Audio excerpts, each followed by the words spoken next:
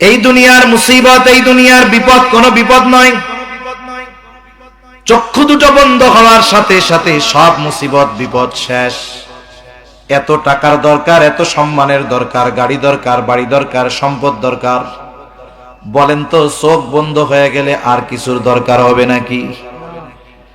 আসল মুসিবত হলো কিয়ামতের ময়দানে। এমন মুসিবত, আল্লাহ তাআলা সেই মুসিবতের দিনের কথা কোরআনে বর্ণনা করেন। কেমন মুসিবতের দিন? আমার আগেও হযরত একটু টাচ দিয়ে গেছে যে বিবস্ত্র অবস্থায় মানুষ উঠবে, কেউ কারো দিকে তাকানোর বিষয়টা চিন্তাও করবে না।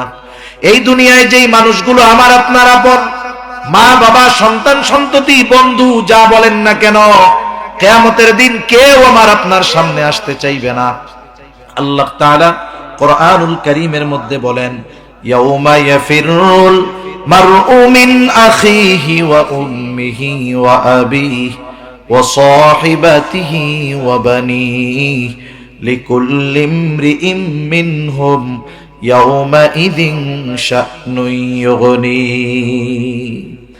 আল্লাহ তাআলা বলেন, কিয়ামতের দিন ভাই ভাইয়ের থেকে পলায়ন করবে, ওয়া উম্মিহি ওয়া আবিহি, পিতামাতার থেকে পলায়ন করবে, ওয়া সাহিবাতিহি ওয়া বানিহি, স্ত্রী সন্তানদের থেকে পলায়ন করবে। সেই দিন প্রত্যেকটা মানুষ নিজের চিন্তায় বিভোর থাকবে, চিন্তিত থাকবে।